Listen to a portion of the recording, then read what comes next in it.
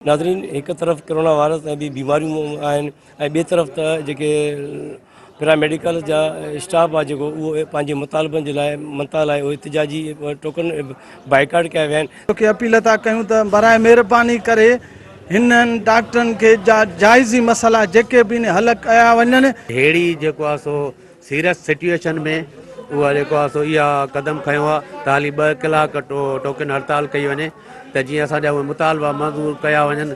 कोई सहूलियत कान्हे, हे वॾी रिस्क ते असां पेशेंटनि खे हथ विझूं था।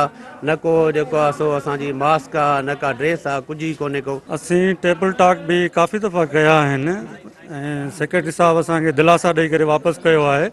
हाणे बि ॿुधाईं त असां लेटर मोकिलियो आहे फिनांस वारनि, फिनांस नथी मञे। हाणे फिनांस जे हथ में छा आहे, जेकॾहिं CM साहब जेको हुकुम करे ऐं उनजी फिनांस न मञे त इहा ॻाल्हि असांजे सम्झ खां ॿाहिरि आहे। सेक्रेटरी हेल्थ जे असांजी ग्रैंड हेल्थ अलायंस टीम सां जेको आहे मिलियो हुयो, उन खां बाद में उन नोटिफिकेशन बि ॾेखारियो त असां तव्हांजो नोटिफिकेशन कढियो आहे, फिनांस वारनि ॾे मोकिले छॾियो आहे। हाणे तव्हां चवंदो फिनांस वारनि जेको आहे इनखे रद्द करे छॾियो आहे। इहा ॻाल्हि असांजे सम्झ खां ॿाहिरि आहे त CM जे करे या सेक्रेटरी नोटिफिकेशन कढे थो त फिनांस डिपार्टमेंट वारा उनखे रद्द था करे छॾनि।